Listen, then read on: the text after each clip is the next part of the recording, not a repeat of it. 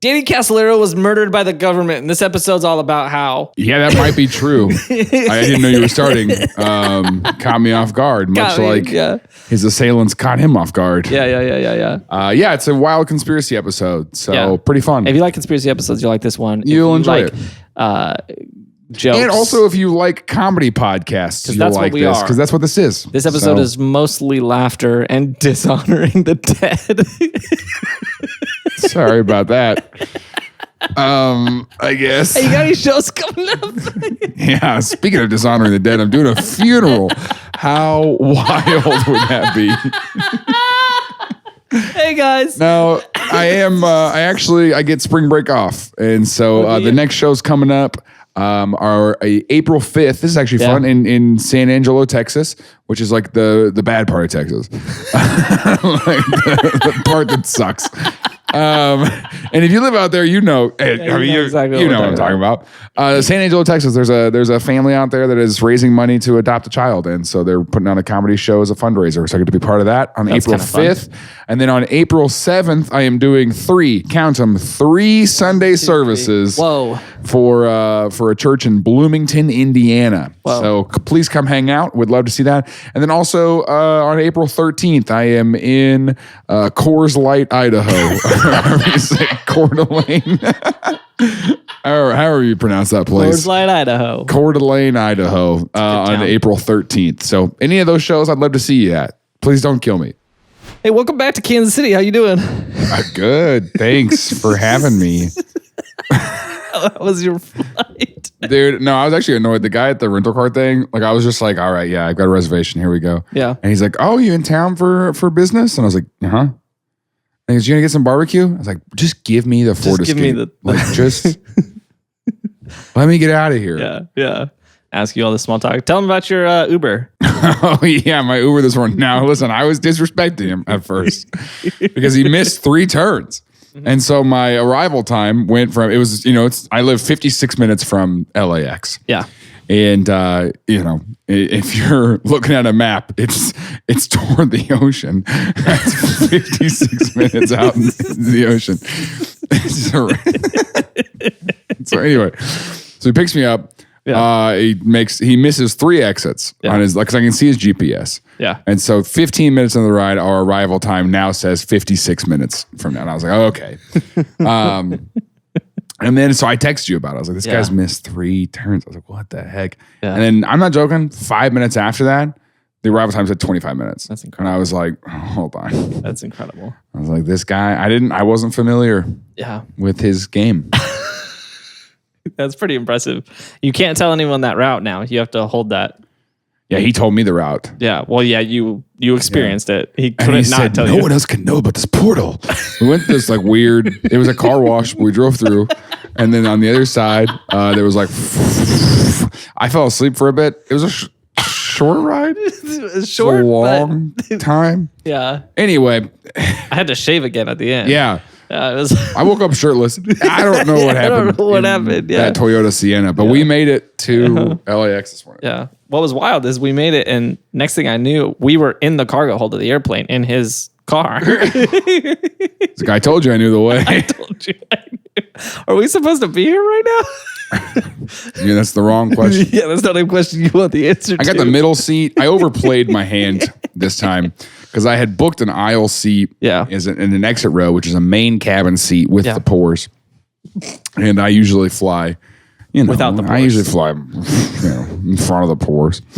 And so I was like, I'll get upgraded. I'll get upgraded. Yeah. I did get upgraded to Delta Comfort Plus. Yeah. But the only seat they upgraded me to was a middle seat. So I overplayed my hand. Yeah. Because I was like, surely I'll get upgraded. Surely. Yeah. And I did. Yeah. But not enough. Not enough. Yeah. Yeah. And then the guy in the window understood how it works. I get that armrest. This guy was like, I get both armrests. I said, no, you have the aisle. Yeah. I get both armrests. Yeah. And he was like really mad about that. We fought. Yeah, did you? Who won? Well, the flight attendant, I think. When you really Depends on which phase of the sky flight. Turns out he was an air marshal. Turns out the guy next to me, he won when he pulled out his gun. I was like, whoa, dude. Whoa, you're not supposed to have that. Can we do an episode? Why are you doing to me what the Enterprise agent did? Why are you like, how was your flight? Tell us about your Uber. Can we just freaking All right. Have you ever do heard an episode? Have you ever heard of Danny Casolaro? Danny Casolaro? Yeah. I don't know. He sounds like he owns like a freaking like car shop, you know? Yeah, well, he's dead, so so I hope you feel Sounds like he owned a car shop. Like, I'll find You gotta find his private diary. Oh, today I skimmed this much money off the top of this casino. Today I stole a bunch of money. You're telling me if there was a serial killer who killed 31 people and we put Baskin Robbins' name on it, that's not good for their brand? All publicity. All is good 31 publicity. flavors? Oh no. Things I learned last night.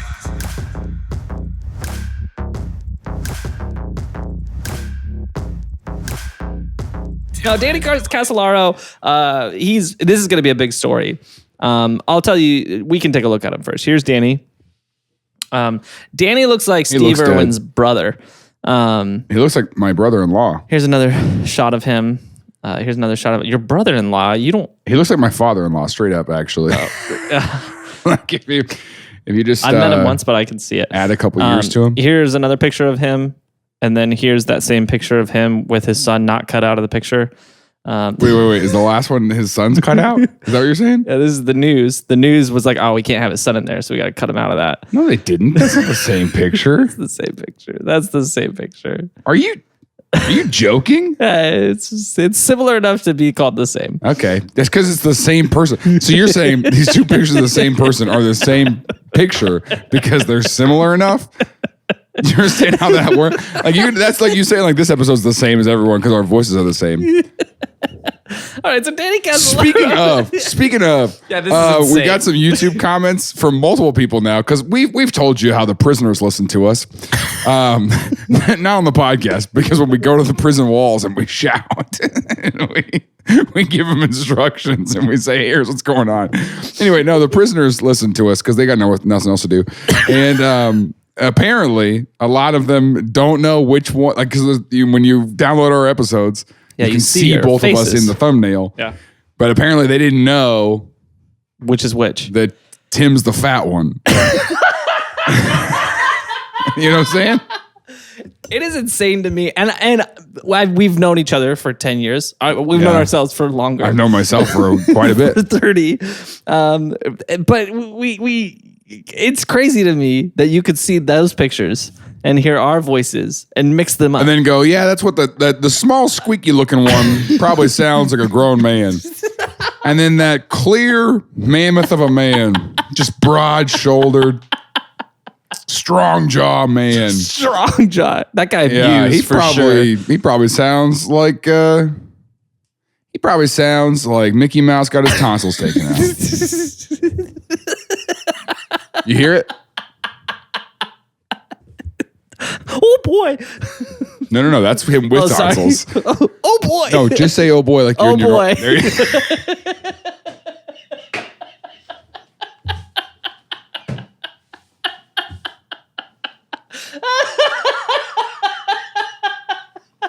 Such a simple bit.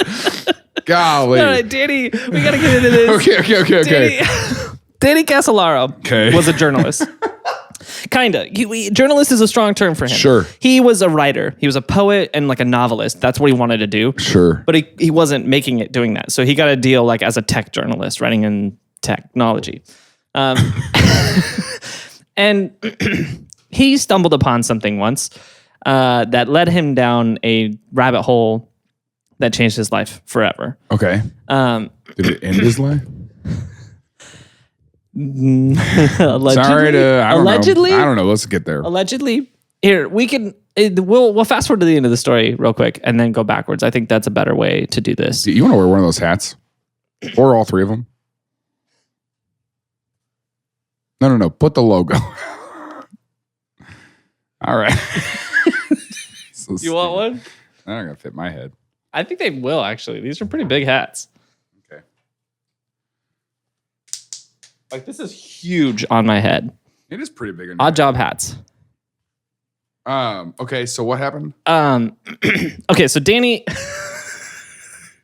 Does it fit? No.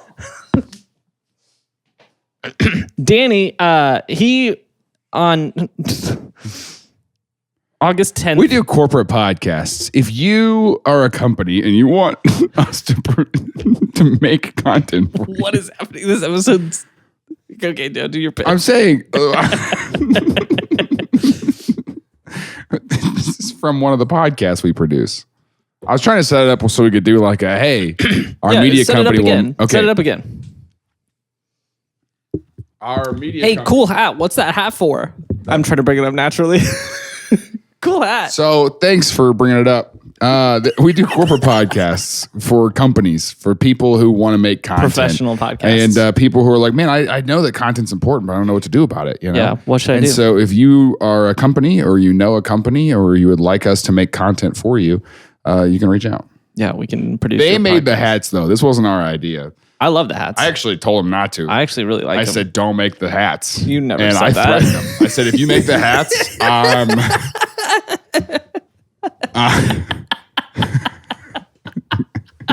okay, anyway. So Danny, on August 10th, 1991, Danny was found dead in a hotel bathtub. That's a rough tragic. transition. There was no good That's way. so tragic. There was no good way to do that transition. No, Danny. Power of the Network. A corporate podcast brought to you by Danny was found dead in a bathroom. In a hotel bathroom on August 8th. August 10th, 1980. 1991. 1991. Yeah. Okay, so content warning. Danny was in the Sheraton Hotel in Martinsburg, West Virginia. Okay. He was found dead in the hotel bathroom by one of the cleaners. Bathtub full, bloody bathtub water, with a bag like looking like it was out in his head at one point, and 10 to 12 gashes in his wrists. And blood all over the walls, splattered all over the walls. There's a bloody towel. Like an attempt is to make it look like a suicide? I don't know if I would say... Or if it's like, no, we murdered this guy. Well, here, I'll continue setting the scene. You keep laughing at really bad stuff. What? We murdered this guy. So quit doing that. Sorry, I just... so Danny... so in that room, there was a bunch of bloody towels underneath the sink. And then in the like hotel room, there was a note. And the note was interesting. Let me see if I can pull this up real quick. This is the one thing that I forgot to pull up before we started. Sure. The note said, be sure to drink your Ovaltine.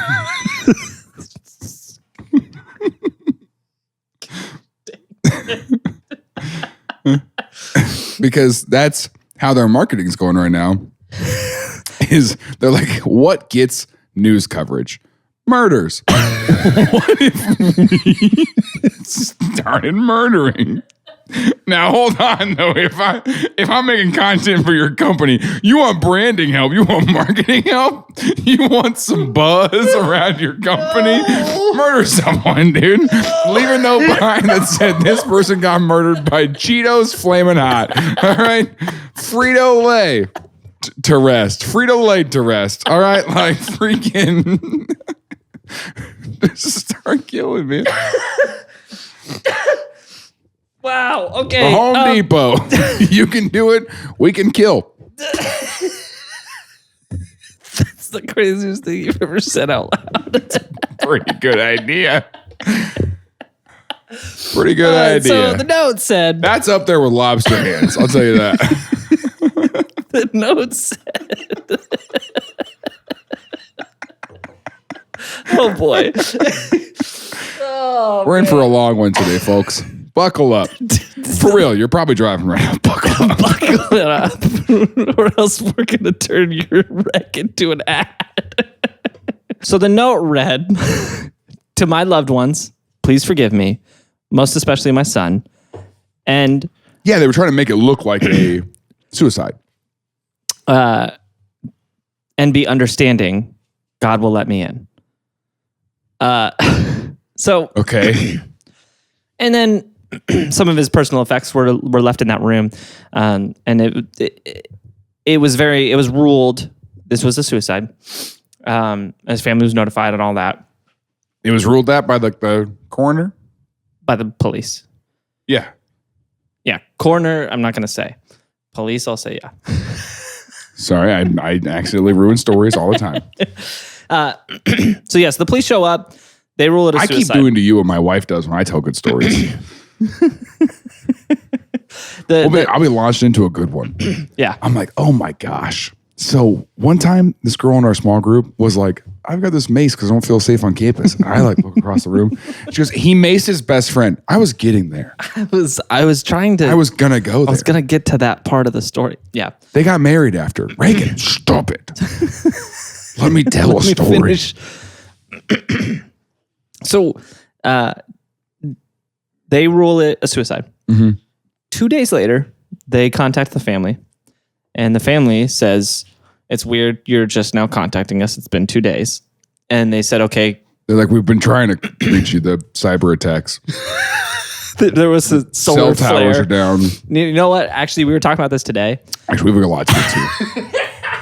No, we were talking about this today. Can we start a hacking group and name it Solar Flare?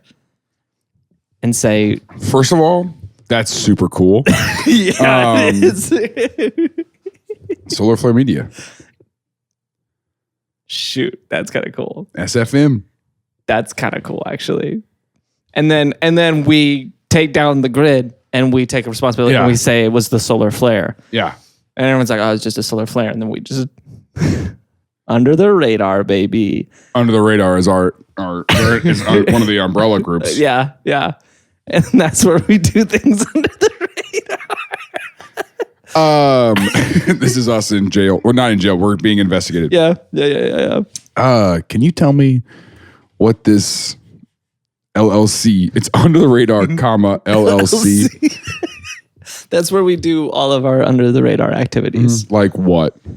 Anything that needs to be under the radar.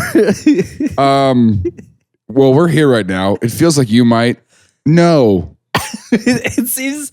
Also, I can tell like for sure that Tim filled out this paperwork because it says LLC on it. He refuses to just not put that on stuff. I'm really sorry. Yeah, this is an S In my mind, but he named it under the radar LLC. Should be under the radar. As it's a he doesn't have to put the LLC on there.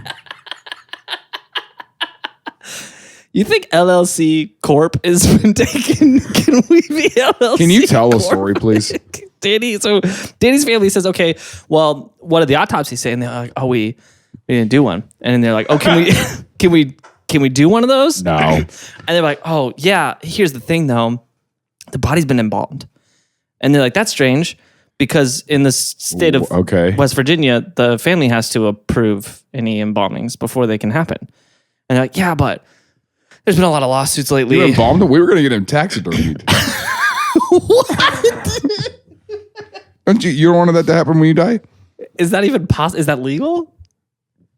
I mean, under the radar, right? Taxidermymyuncle.com. Wait, what? Is it available?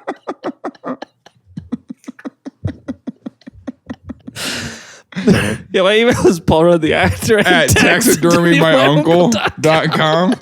Are you buying that for real? Yeah, I will. Yeah, you got to put it in our bio. That's our new link in bio. Taxidermy. Hey, if you want to join us on Patreon, you can go to taxidermymyuncle.com. All right, you guys want to start over? This episode is wild. This episode is wild. Okay, so Danny's family. They're like, hold on, I didn't think that was legal to do. Yeah, they're like, and so Hey, thanks for checking out our show. If you like it and you want to support, be a part of what we're doing here, you can do that by becoming a patron. What happens there is you get to be in the community. We have a Discord with our hosts and producers. We have a lot of fun. We're super active in there every day. You get access to ad-free content a week before everybody else. And we have a Zoom every month with our patrons. We hang out, we eat pizza, we get to know you a little bit better. It's a blast. And there's a ton of other different benefits like merch discounts, birthday messages, things like that are super cool. If you want to be in that, you can just text TILLN to 66866, and that'll get you right in there. If not, we're just super glad that you're here, and thanks for watching our show.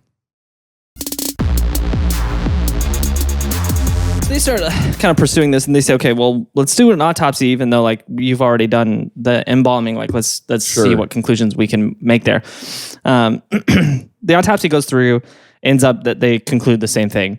But a lot of the paramedics that were on scene are voicing some concerns. They're like, hey, that's not what happened. Yeah, one of the things that they said that was very interesting is one, there was no, there's a term for this that I don't remember. Basically, this is what I've learned from documentaries is you tell the police nothing, but you tell the paramedics everything.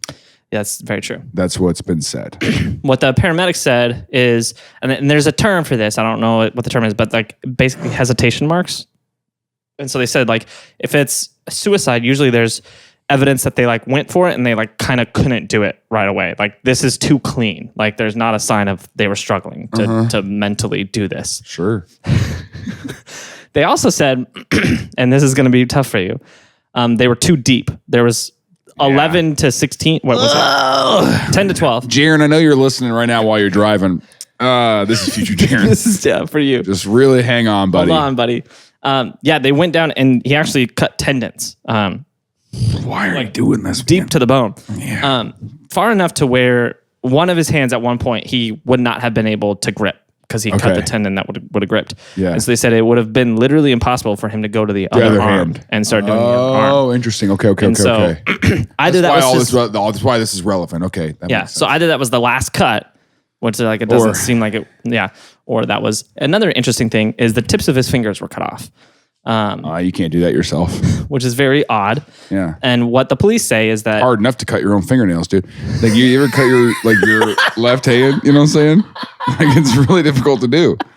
The what the police said is that he used a razor blade, and because he was using a razor blade, that grip is what made him cut him off. But again, this is not. Yeah. This is kind of an insane Yeah.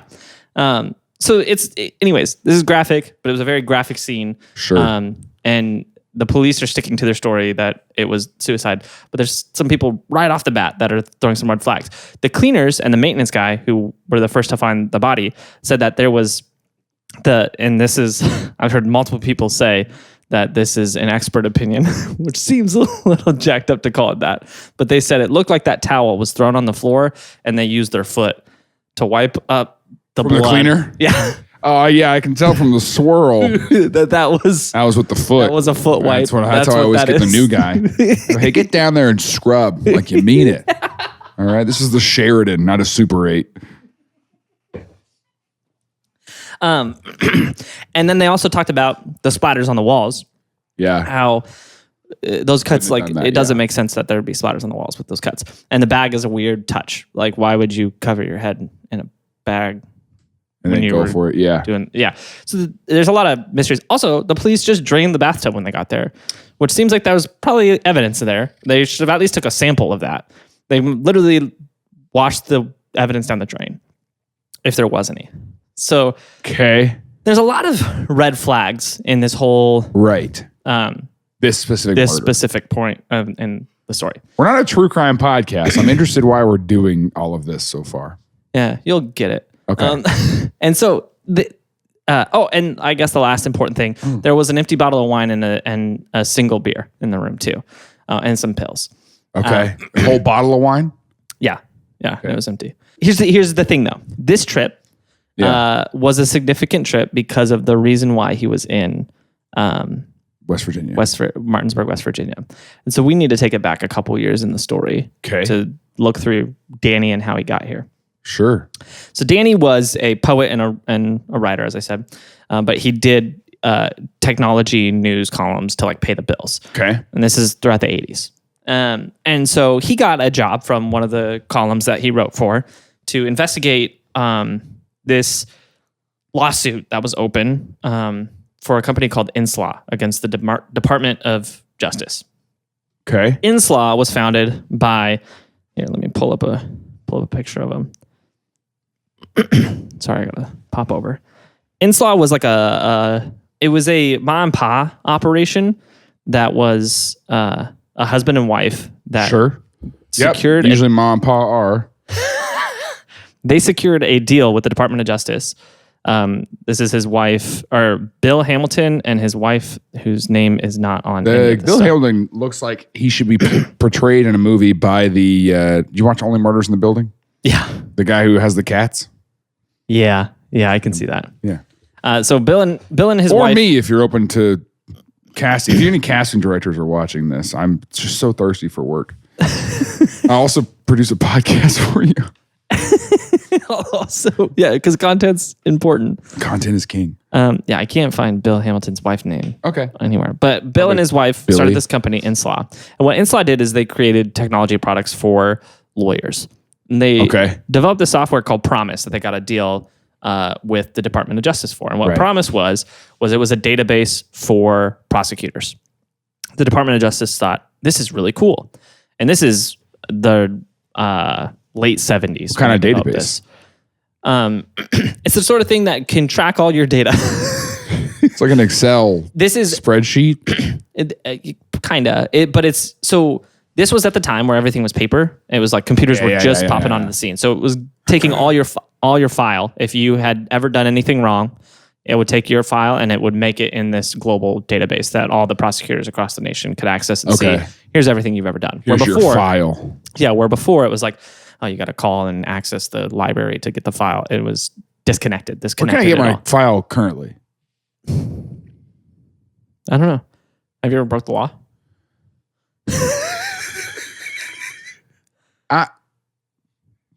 You have a file now. See, I have a Fifth Amendment right to not answer that question. I have a Second Amendment right not to answer that. I have a Second Amendment right to not answer that question. This gag is from an episode that didn't get released. We've done it a lot. I forgot. Wow. We need to that episode didn't come out. It's to our Patreon supporters. They have it. Yeah. Maybe we should release that in our newsletter. Like if you sign up to the newsletter, they can get it. Oh, maybe that's a good call. That's a good idea. Can we just say what it's about? I think we have before. I don't know if we have. I think it's almost better if we don't. I think I like the intrigue of it, where you get it and then you hear it and you're like, oh, that's why. Did we put an intro in there explaining why it never came out? I don't know if we ever did that. No, because we never released it. That's fine. Anyways, so this software, before this software, you only had a file if you did something wrong. Okay. After this software, everybody could have a file no matter what, because there was just more opportunity to have like a global database. So you probably have a file now, even if you didn't do anything wrong. But this connected it all. The government loved this idea.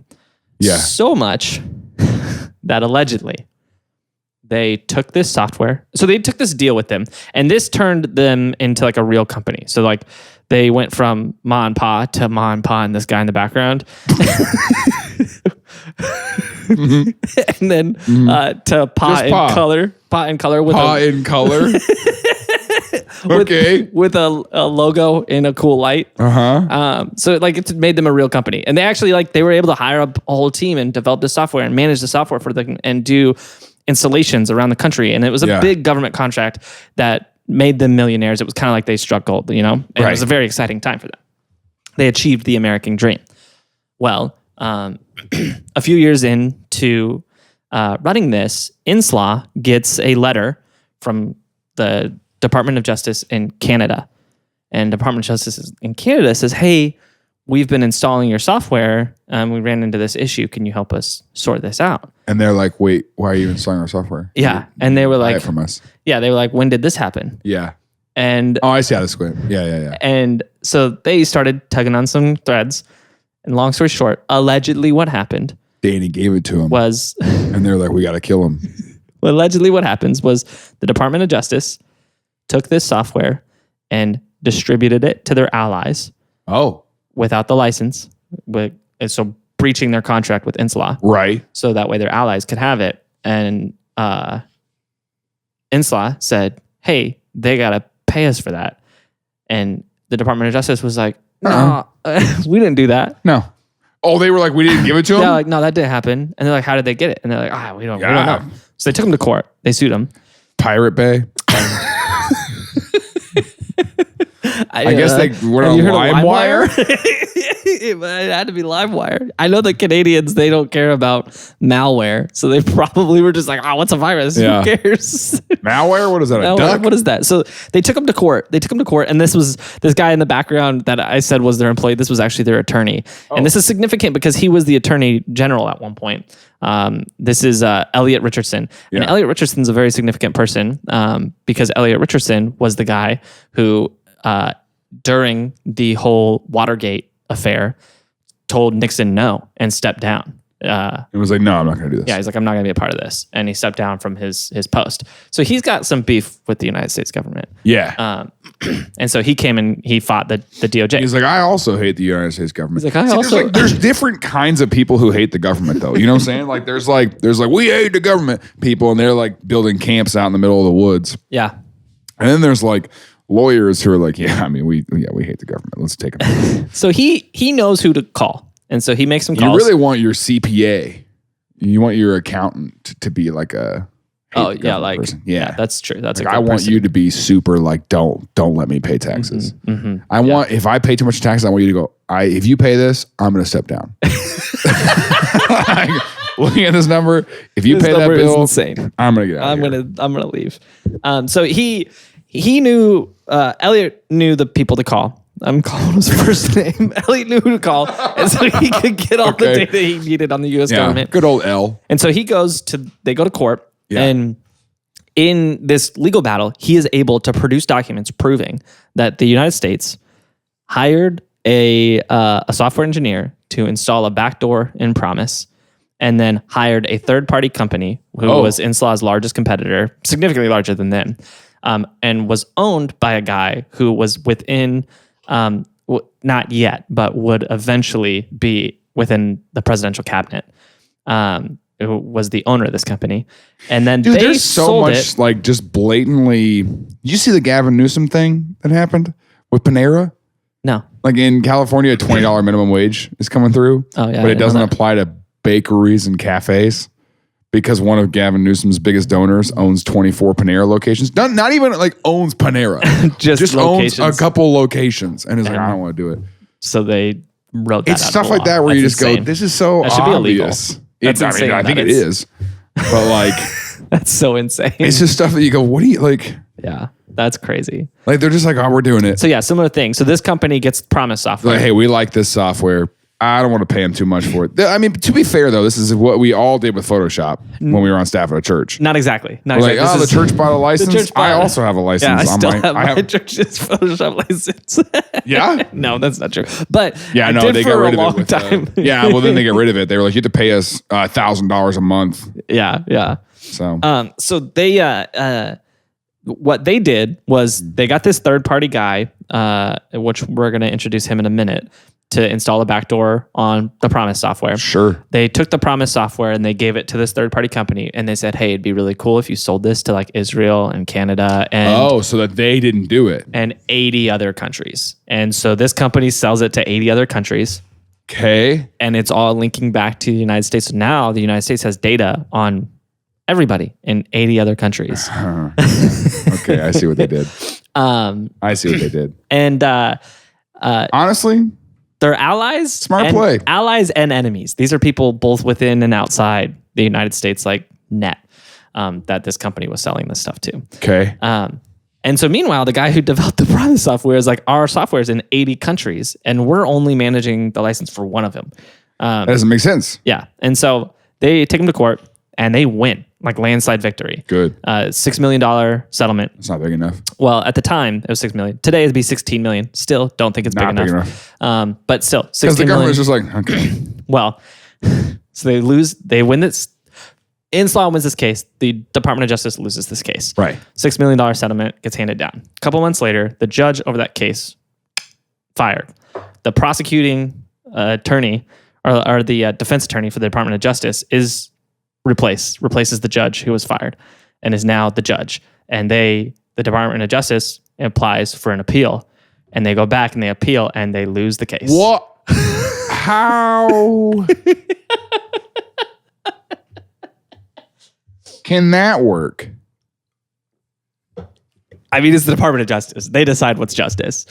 Like, you can't win against the Department of Justice. Are you The kidding house me? always wins? So they literally took their attorney and they said, okay, you're gonna be the judge now. That's so...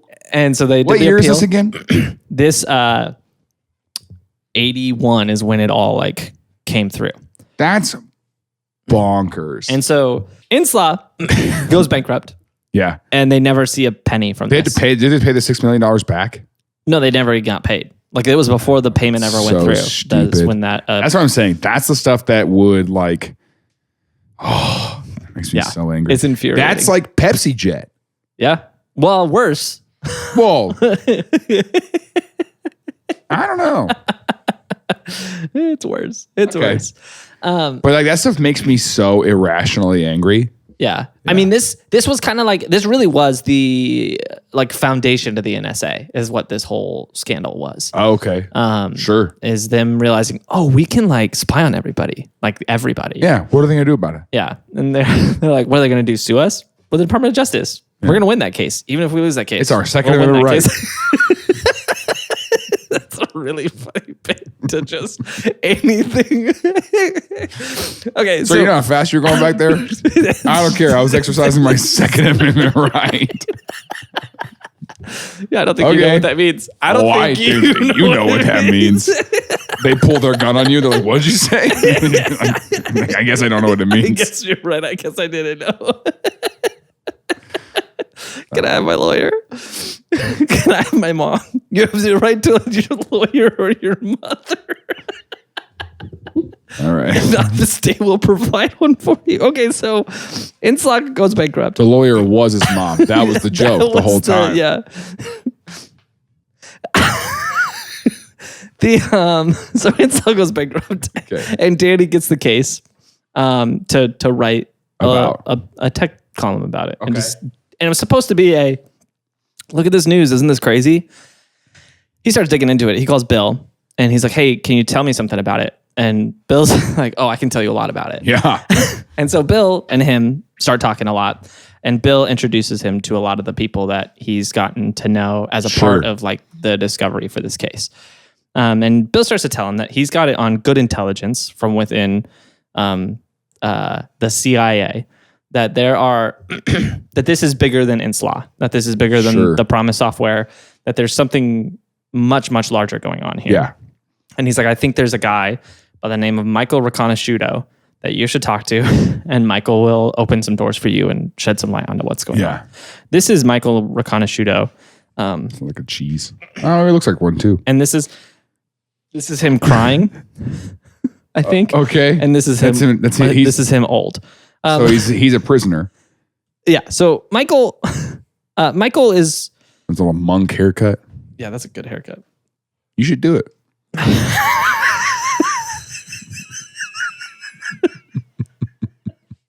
Okay. That's pretty funny. So Michael, are you gonna do the hair implant thing? I don't know. Should I? Yeah. Yeah. I mean, it's kind of funny, isn't it? It'd be pretty funny if you did. Pretty funny to do that, right? It'd be like really funny to have like a full head of hair and to not be balding really good anymore. bit. Like, that's so It'd be funny. a really good bit if you had a full head of hair. So Michael Riconosciuto. If you had luscious locks, that would make me LOL. So funny. I can't help but laugh at your hair. It's so full. Oh man. Okay. You got so much volume, man. All right. I don't know where you're going right now. Okay, so Michael Riconosciuto. Riconosciuto, which does sound like a cheese. It does. Michael Riconosciuto. Where do we begin with Michael Riconosciuto? Michael Riconosciuto is allegedly the guy who put the backdoor into Promise. Okay. And so he was an electronics and like computer expert. And he allegedly worked with the United States government on a handful of projects before in the Inslaw affair. And he begins to kind of talk Danny through this story that it's like Inslaw is just one small piece of what's going on here. Yeah. That there is... So he's just exposing what's happened. Yes. Okay. It's weird because he doesn't expose it all. Like, it's kind of like he like gives a lot of hints. Sure. You know, he's like, here's an interesting thing, and here's another interesting, and here's another person you should talk to. And so he starts giving Danny all these people you should talk to and all these interesting things. What's crazy is the story he's telling are absolutely insane ideas. Sounding. Yeah. For example, he claims that the Iran-Contra scandal, which are you familiar? Yeah, where we gave them a bunch of weapons and then we eventually had to fight a war with them to stop them from using those. He claims that the hostages in Iran were going to be released, but Reagan knew he was going to lose the election if they got released before the election. Yep. And he had connections with Iran and was able to be like, hey, hold on to him until the election. That's a big old yikes. 3 hours after the vote came through and passed that Reagan won the election, the hostages were released. Is that true? Yeah, that's true. And so, so it does very much seem... Maybe I am one now. So it does very much seem like that might be true. Stresses me out. And this group, the guy that I was talking about, that owned that company that was selling this, was in Reagan's presidential cabinet and was like a close confidant of Reagan for many years. And so he starts painting this picture of this group of people within and without the United States government that are kind of pulling strings on a lot of different things and controlling a lot of different things. In a similar vein, there's a group in California in an area called the Cabazon Reservation, which is a small native reservation with, I think there was like 14 or 15 people living on the reservation. It's very small. This this guy shows up in this reservation and is like, hey, I can help make you rich if you guys started selling cigarettes here. To the 14 people? Yeah. And so... All right, guys. Hey, gather around. I know. Come on over. Okay. Huddle up. I can make each and every one of you the richest person in town.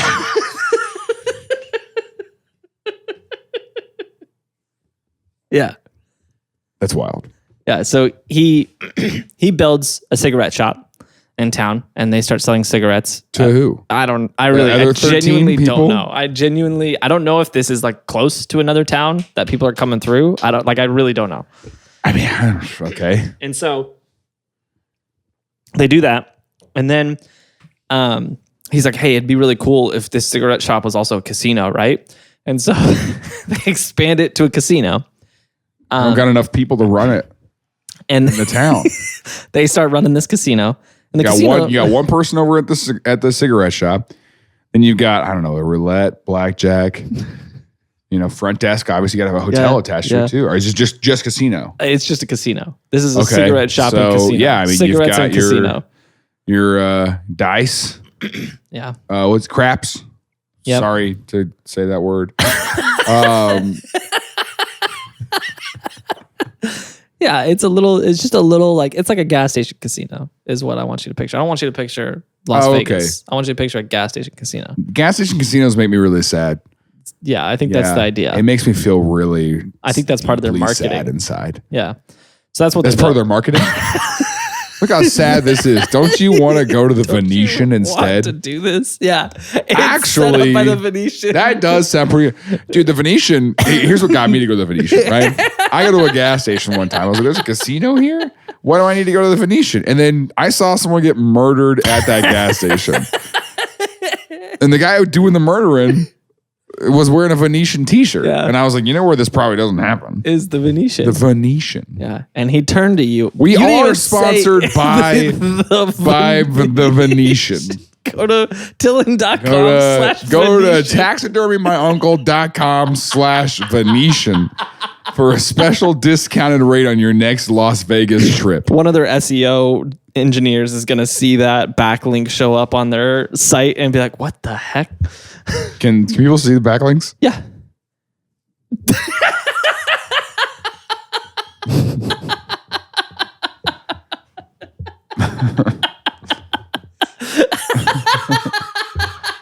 Okay, that's good to know.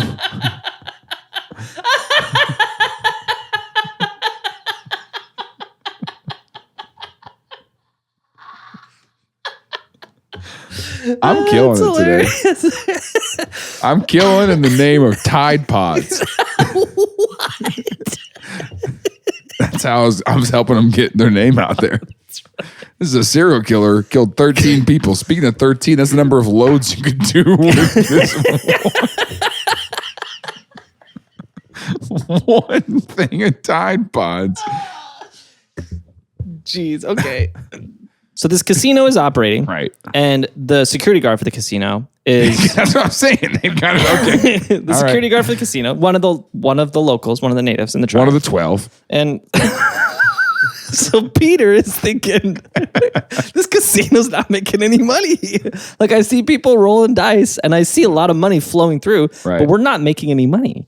So he confronts the guy about it. Just cast your nets on the other side. And long story short, he confronts the guy about it. Doesn't go over well. And so he contacts someone on the outside to kind of start to pursue a legal action against him. Okay. A legal action, not an illegal action. To pursue legal action against him. I think I got lost. So the security guard... The security guard is watching realizes that... What's happening? The security guard realizes a lot of money's flowing through this casino, but we're not getting paid. None of us are getting paid. Okay. And so he's like, I think this guy's skimming money off the top from all of us that we're supposed to be making in this situation. Because this is a casino. It's not like this guy came in, started the casino. It was like, you guys want jobs? It was like, we're starting a casino together and they're all owners together. And so the tribe's supposed to be, everybody's supposed to be making a lot of money off this. And they're not. The casino's making a lot of money. They're not making money. We should. And so he calls a lawyer and the lawyer's like, well, if you can find evidence that he is skimming money off the top, like we need actual evidence. And so if you can find evidence, then we've got a case. And so he's like, I'll find you. You got to find his private diary. Oh, today I skimmed this much money off the top of this casino. Today I stole a bunch of money. So similar, he broke into his office in the middle of the night. Sure. And he started looking through his documents to see if he could find evidence that he was skimming. He found something a lot better. What he found was paperwork and evidence of... There's no easy way to say this. This guy was manufacturing weapons that the United States government was paying for and shipping to the Contra in this reservation because it was sovereign land. And so there was no legislation or anything that had to happen because this was technically not the United States land that it was happening on. They could just bring this in here and manufacture it. And so he found blueprints for weapons. He found trade deals. He found all the receipts. Is there like a manufacturing plant then on the reservation? I don't know where the manufacturing... Inside the casino? I don't know where the manufacturing is happening. Yeah, it's like a basement in the casino. I really don't know. Just a guy in his shed putting little parts. He's like, okay, here's the trigger. Oh, safety's working. Is gun. You say is gun? Yeah. Is gun. Ah, yes. This is gun. He doesn't know a word of English. Yeah, and so they were shipping weapons off to the Contras. He even found documentation outlining a meeting between that same guy who sold the Insla, the Promise software to all those different countries, Ronald Reagan, and Contra generals, and the guy who set up this casino in the desert here in California to showcase they had meetings in the desert? Yeah, to showcase a bunch of these guns and do like firing practice with these guns in the desert in California and like paperwork for it. And so this guy called his lawyer and was like, hey, I think I found something. Okay. And so he was like, cool, bring the paperwork up. He's in Los Angeles. He's like, bring the paperwork out to Los Angeles. We'll have a meeting and we'll talk through it. And so he tells his friends, he says, hey, we're going to drive up to Los Angeles. And so he's like, let's do that in the morning. Next morning, his friends show up to his house and they find him and 3 of his friends dead in the backyard. And the paperwork's gone. Okay. And the casino is doing better than ever. No, yeah. So that was, and Shudo was there for all of this. I don't know what his role was in all of this. Okay. Like he was running the computers for the casino or something. I don't. So now we've got 5 people murdered so far. 4 people murdered. Yeah, four people murdered. And so, long story short, this is a big story. But long story short, Shudo starts telling stories of all these experiences he's had, following a couple individuals around, working for the U.S. government, doing very they shady killed like things. 25% of that reservation. They did, yeah. Doing very shady things. And so Danny starts following this trail and thinking, I've found something insane. Like I thought I was writing a column on a tech lawsuit, but this is like something that can potentially rewrite American history. And so he gets insane about this and becomes like full bore conspiracy theorist. Yeah. And he's working on this article for this, and he starts to begin to realize that this is bigger than just an article. This is a book. Yeah. And so he starts working on a full book about this, and he starts to call it the Octopus. Why? Because he says there are 8 people that he pins down as being connected to this organization that's kind of calling these shots. Hey, May 18th, we're doing another TILLN Live at Silver Dollar City in Branson, Missouri. I would really love to see you there. Tickets are available right now at the description of wherever you're listening or watching. There's a ticket link. Your ticket gets you entry to the live show, but it also gets you access to the park for the entire day. So you can come in that morning, enjoy the theme park all day, and then that night, we're shutting down the park with our show. So we can't wait to hang out with you. Please get those fast. We'll see you May 18th in Branson, Missouri.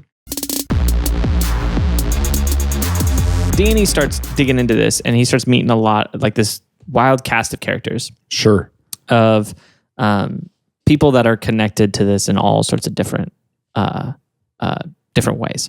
And these people are like government contractors, basically, that are doing different things similar to what Shudo did, where it's like they got hired to put a backdoor in a software or to kill a bunch of people or something like that, you know? Shudo, coincidentally, he had a best friend that he did all of these things with early in his career. Uh-huh. And his best friend was kind of the money guy. He ran all the money for their operation. He lived in San Francisco, and he was killed. And his offshore bank account was emptied that allegedly had $150 million in it from a drug trade that he was a part of. Sure. So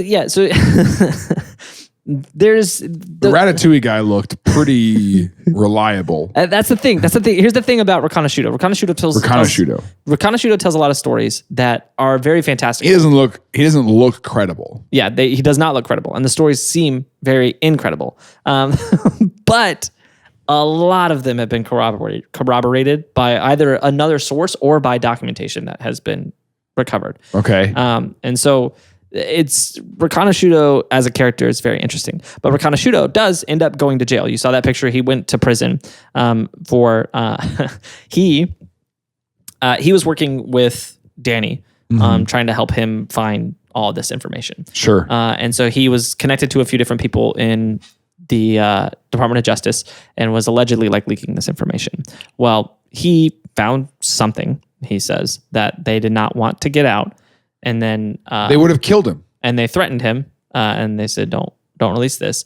And he was like, "Well," and so he started going on this trip. And while he was on this trip, a DEA official pulls him over and arrests him, and he goes to prison for 28 years for producing methamphetamines. I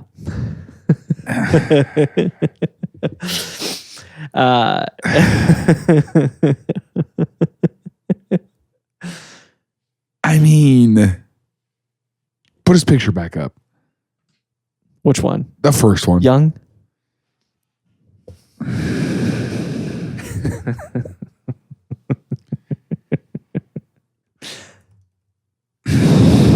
I don't want to, be that guy. But if you were like, this guy does meth, I would go, yeah. Yeah. I mean, it's believable. Here's the thing, though. Like, some of the stuff is corroborated. A lot of his story is corroborated. And here's another interesting thing about... I guess that's one way to do it. If you're going to do some conspiracy crimes, use some people who don't seem credible. Yeah. And then when they're like, this is what happened. Yeah, you're like, oh, okay, sure, buddy. No, we're actually putting him in prison right now for drug stuff. Yeah. For drugging. And so bond was set as $150 million. So yeah, good news. His friend that has $150 million just died. It's crazy. Good news. I can't believe that happened. What a coincidence. You could either pay for a Super Bowl ad or you can pay me to kill someone. You see what I'm saying? Like the word would get out there. You're telling me if there was a serial killer who killed 31 people and we put Baskin-Robbins' name on it, that's not good for their brand? All publicity. All 31 flavors? Oh no. You name each murder after one of the Rocky Road, obviously on the back road of a, you know what I'm saying? Swirl is somebody you drowned in a toilet. You get what I'm saying, right? The scene was covered in Neapolitan ice cream. Vanilla is just shot in the chest. That's a very vanilla murder. That's a very vanilla murder. There's no spice to this murder. Marketing geniuses over here.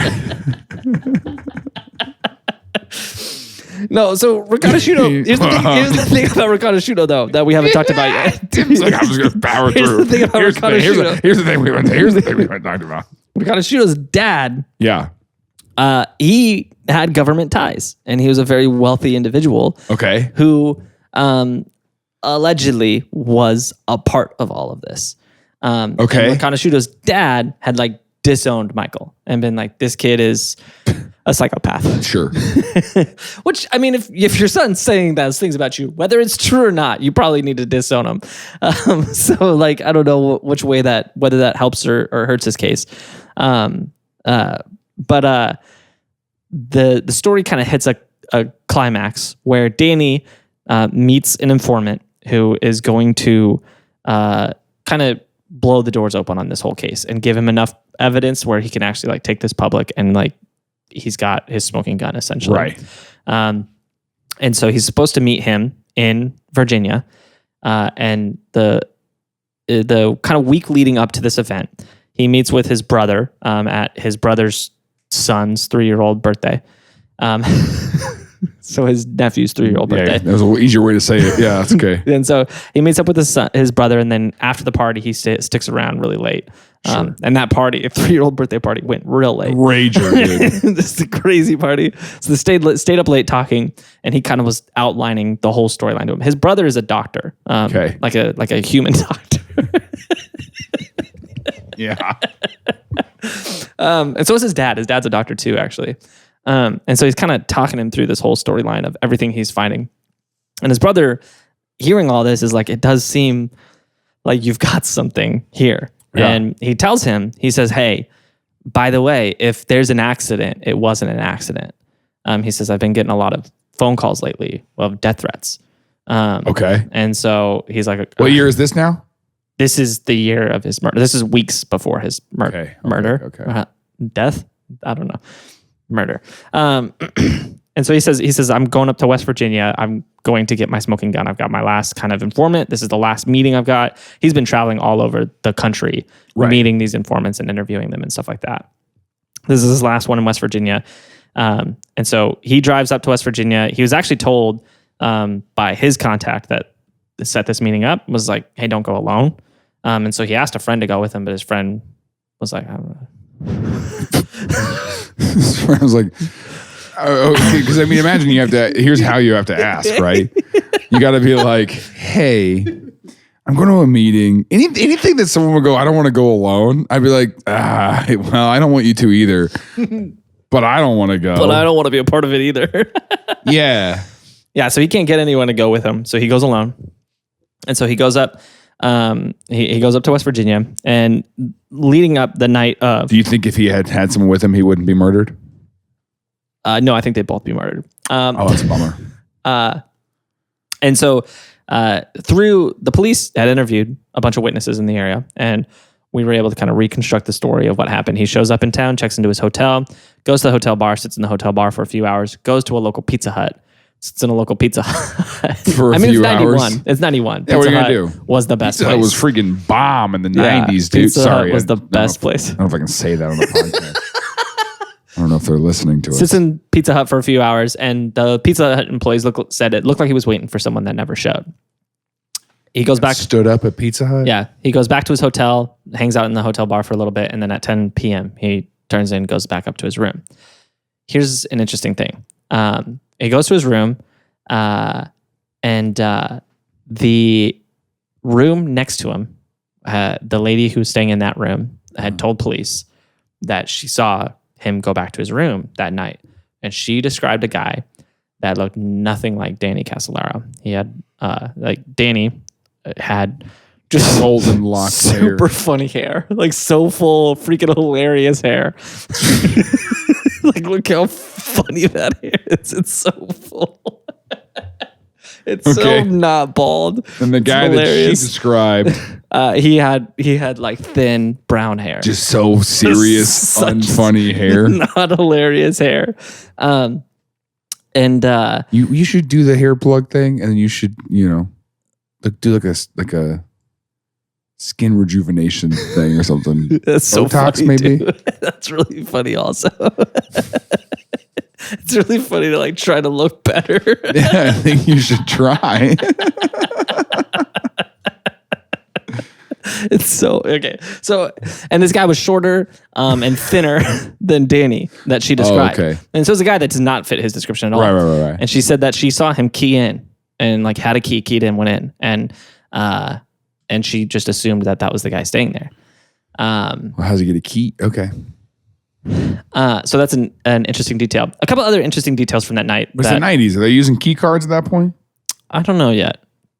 I don't know. I did that just kind of naturally. Are they? It's kind of like, have you seen those videos where it's like the Gen Z mom and the Gen Z daughter, and it's like hang up the phone. Yeah, talk on the phone. Hang up the phone. FaceTime, and they're like, I don't know what FaceTime is. This is FaceTime. No, the back of your neck. I just want some FaceTime with you. Jeez. So a couple other interesting things about that night. Danny, their family was a devout Catholics. They always were their whole life. Something that he said in that note is he said, I know God will let me in. They don't believe that. They don't believe that. Yeah. No one in the family believed that. And they're like, Danny doesn't believe that either. And so they're like, that's a little, that was always very fishy that was included in that note. Because we don't think he would say that. Right. Second, Danny is basically you. He was terrified of blood. And the idea of going out the way he went out is not a way he would have done it. Right. Especially like 12 times. His family's like, that's very not likely that he could go through with that. Right. And so there's a lot of fishiness around that. And then obviously he's been digging into some stuff that seems like he's uncovering some stuff, and he's intentionally trying to highlight this. He had been getting death threats. He had been told not to meet this guy alone. Right. Was stood up at the meeting, and then a guy was seen entering his room that was not him. Well, yeah, it's like, hey, meet me at this place away from your hotel, and then I can get into your hotel. And then I'll meet you in the hotel room. So what is most likely the story here? Yeah. Is the Reconasciuto storyline that is painted of this being this big mastermind group that's in control of everything, I don't know if that's the truth. Okay. I think he found something in here. A couple rogue actors who were doing some sketchy things. Yeah, in this big story that was legitimate. Right. Like, that was real. This whole thing being connected, I don't know if that's real. Sure.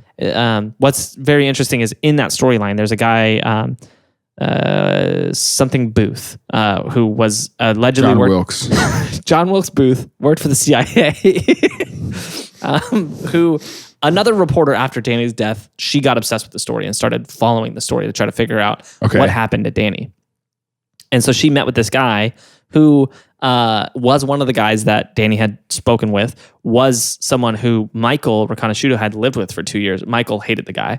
And was like, I don't recommend anybody live with that guy ever. Yeah. He's like, bad guy. This guy allegedly worked for the government and was kind of like their muscle. Who did stuff that, and there's a interview with him on another court case where he was called as a witness, and they're asking him all these questions about his relationship with the United States government. And in it, he's very irritated. And he says, they told me this would never happen. They told me what I'm doing right now, I would never have to do. And he says, he said, it's a breach of contract that I'm even here right now talking to you. And it's very... So you know why I pulled you over tonight? This is a breach of contract. They told me I'd never have to talk to you. This is my Second Amendment right. To drive as fast as I want anywhere I want to go. I plead the second. Sir, what? Bang, bang, bang, bang.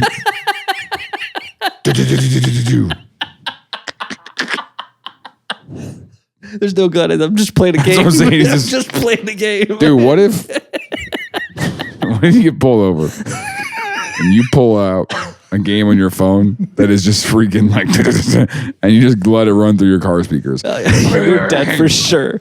If that cop with the acorn thing, like, you are dead for sure in that scenario. Yikes. Anyways, this guy meets what? Well, there's just sirens outside. Right as we were joking. I like that your impulse was to put your hands up, and mine was to go, I'm gonna get you. I'm gonna get you. No, so you start doing that to police officers you see around town. Just go, I'm gonna get you. See you around town, go. See how that goes for you. See how it goes. I bet it goes really well. I bet they love it. I bet they think it's hilarious. They think it's super funny. Like, I'll tell you what they don't think is funny at all. So I went to Applebee's one night. This was back when I ate Applebee's. Right? This is back when I looked like I ate at Applebee's. You know what I'm talking about? This is back when I had the appearance of an Applebee's goer. Back when I had... Anyway, we're a group of us are walking in Applebee's. There's a police officer group also that's walking in. I noticed that one of them had their headlight out. And I said, hey, I'm going to let you off with a warning tonight, but your headlight's out. They don't like that joke. And I was like, that's really funny, man. Sorry, you should chuckle. I don't know if you don't. I don't know if you heard. Hilarious. Did you hear me? Because your headlight's out. Say it again? I'm going to let you off with a warning. You get it? Because you wouldn't do that. Yeah. You wouldn't extend that kindness. You get it because you're not nice to me. You get that? Yeah. He arrested you. I got tased. He arrested you on suspicion. Suspicion of what? Being suspicious. Okay. So, what was I talking? Oh, this Booth guy. So Booth gets interviewed by that new reporter, and Booth in this interview tells her, "Hey, you should be careful what you're looking at. This group is a little bit more powerful than you think they are." Right. And he says, "Let me show you something." And so he shows her a clip of the Zapruder tape. You know what that is? No. That's the JFK tape. They call it the Zapruder tape. Oh. Because I think that's the name of the guy who filmed it. The Zapruder tape? Zapruder. Okay. It's a tough thing. I hate that you refer to it by its name. So the JFK tape. Sure. And in the tape that he shows her, the driver turns around and shoots JFK. And she says that's not real. And she says, that's doctored. You doctored that tape. And he says, no, the tape you've seen has been doctored. Let me show you the tape you've seen. And he shows her the tape everybody else has seen. And he says, that's the one you've seen, right? And she says, yeah. And he says, hold on, let me rewind it. Watch it again. Pay attention to the tree. And in the tape that she saw, the tree, right when they drove by, was cut off. So the trunk wasn't there. So like they could edit it and take out the driver and replace him with a new driver. And he's like, that's the doctor tape, the one that you've seen. And she walks away from that a little confused. And over time, she began to realize that tape, that the tape with the tree missing, was also a doctor tape. It was not the original tape. What he was doing was trying to give me something that I would go out and talk about that would discredit me. And so then everything I said is now discredited. And so she says something I had was correct. Yes. And they were trying to throw something in there that would muddy the waters and make it hard to believe anything I said. Which is what I said earlier, where I said, if you want to pull off a conspiracy, then you've got to get people who are non-credible. Yeah. And so now... Dude, we should be corrupt, bro. We'd be so good at this. So now the theory is that even Reconasciuto, a lot of these... Well, she didn't take that bait. She didn't take the bait. No. Yeah. She thinks, and some other reporters that have followed her, think that there is a web that was spun by guys like Booth, Reconasciuto, some of the other people that were involved in this whole scheme to create this giant, fantastic tale to cover up something within that was legitimate and actually happening. Yeah. What it was that was legitimate, we don't know. But whatever it was, looks like it was enough for Danny to get killed over it. And those people at that reservation and Reconasciuto's friend. Whether it was attached to the government, we don't know for sure. It could have been like a mafia situation that was like pretending they were the government. Sure. It could have been the government. The Inslaw thing happened. We know for a fact that happened because they lost that court case. Was that connected to all this stuff that ended up in Danny's death? We don't know. That could have been just like coincidence that was what led him down that road. Okay. Reconasciuto might not have been attached to that at all. And they might have made it up to say Reconasciuto put that back door in to create that connection to that. But it's this massive, messy conspiracy of the octopus. But something in there is real. Something inside that is real, and Danny found it. What's fun is... I don't know if you've heard of the restaurant Chuck E. Cheese's. All right. No, Christian Hansen, which I said that name like you should know it. Okay. I was gonna say, but you shouldn't. Yeah, but Chris Hansen. Chris Hansen, you should know. Yeah. No, Christian Hansen is a reporter, was a reporter. I call him Christ. Have you ever go by Christ for short? Have we mentioned that? No. Okay. It's Christian. Mentioned what? Shut up. I just thought of it. Okay, whatever, man.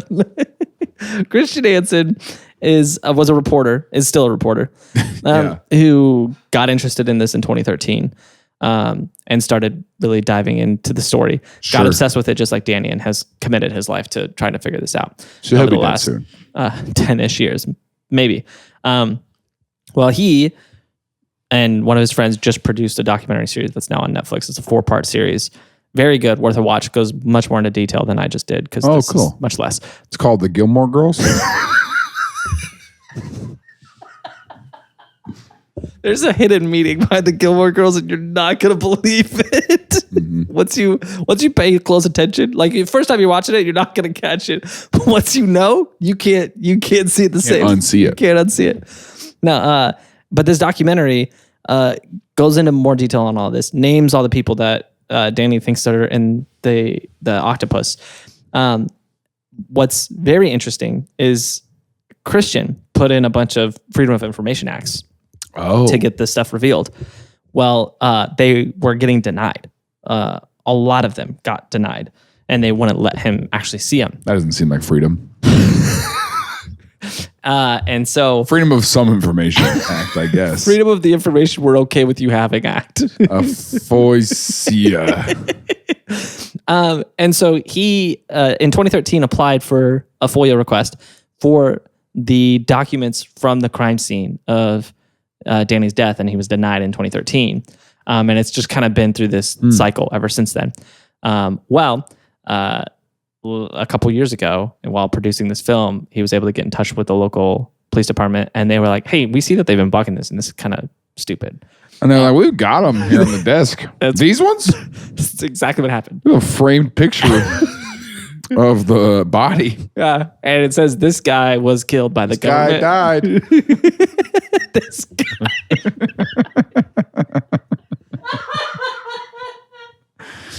Brought to you by Applebee's. Hey, you want to see our wall of dead guys?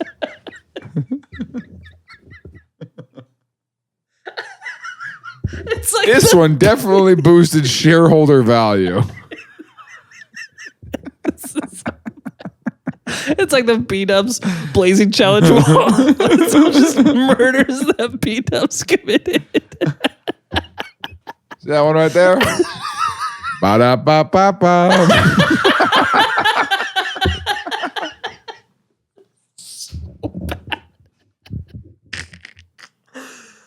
Oh my gosh. It's a killer marketing strategy. So they were able to get the FOIA from them, and they got to actually open up that. Killaguy.com. Is that taken?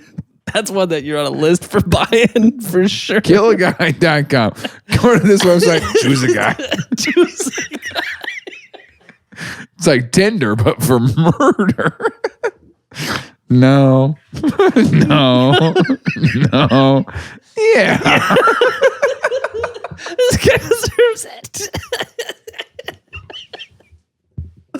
Oh my gosh. This is okay. So what are we at, like 2 hours now? We gotta get out of here. So they get the request. They open up the documents. It's worth watching them open up the documents. Here's the thing, though. I watched an interview with the producers of the movie, the Christian and his filmmaker that filmed it all, and they said we had been working on the edit for months to finish this. We sent it off to Netflix. Literally right after we sent it off to Netflix, we get a call with another FOIA that went through. And so he said, hopefully we're going to make an update soon with what we find from that FOIA request. Okay. Rakana Shudo also was like, whenever the film comes out, let me know, and I'll tell you everything else I know. Okay. Because he's like, because there's some stuff that can't be in the film. I'll make some more stuff up. You guys are putting in a documentary. Yeah. I'll tell you some other stuff. You're going to love the stories I tell. You're going to love everything I tell you. So allegedly they're going to have this new FOIA request that comes through, and then everything else that Michael decides to tell them once the film comes out. So maybe they're going to make an update soon. But Christian hasn't been murdered yet. Probably will be soon. Danny probably was murdered. It's what it looks like. A bunch of other people got murdered. What it was in this case, who knows? But something for sure. Something happened for sure. But it was something. This is definitely something. That's all we can say for sure. Oh. Yeah, why don't we hook that at the beginning as a little teaser? This was definitely something to grip their attention, get them to listen to the whole episode. That's a good idea. This is definitely something. Brought to you by Applebee's. All right, we can. Hold on, we can't yet because we gotta promote something. We gotta promote our live show on May 18th. When does this come out? Yeah, this one. Hold on, let me pull up Infinity. Bang, bang, bang, bang, bang, bang. If you're finding this, I'm sorry. I'll be at Silver Dollar City on May 18th for TILLN Live. Tickets are available. Sorry that I'm moving around like a weird dead guy. All right. Fiddle off.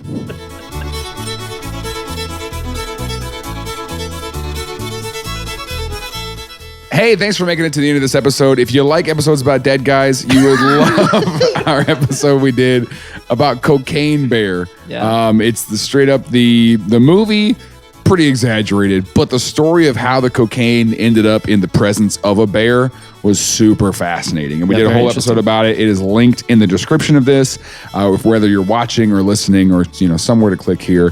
Thank you so much for supporting our show and being here for episodes. We'll see you again next week for Things I Learned Last Night. Things I learned last night.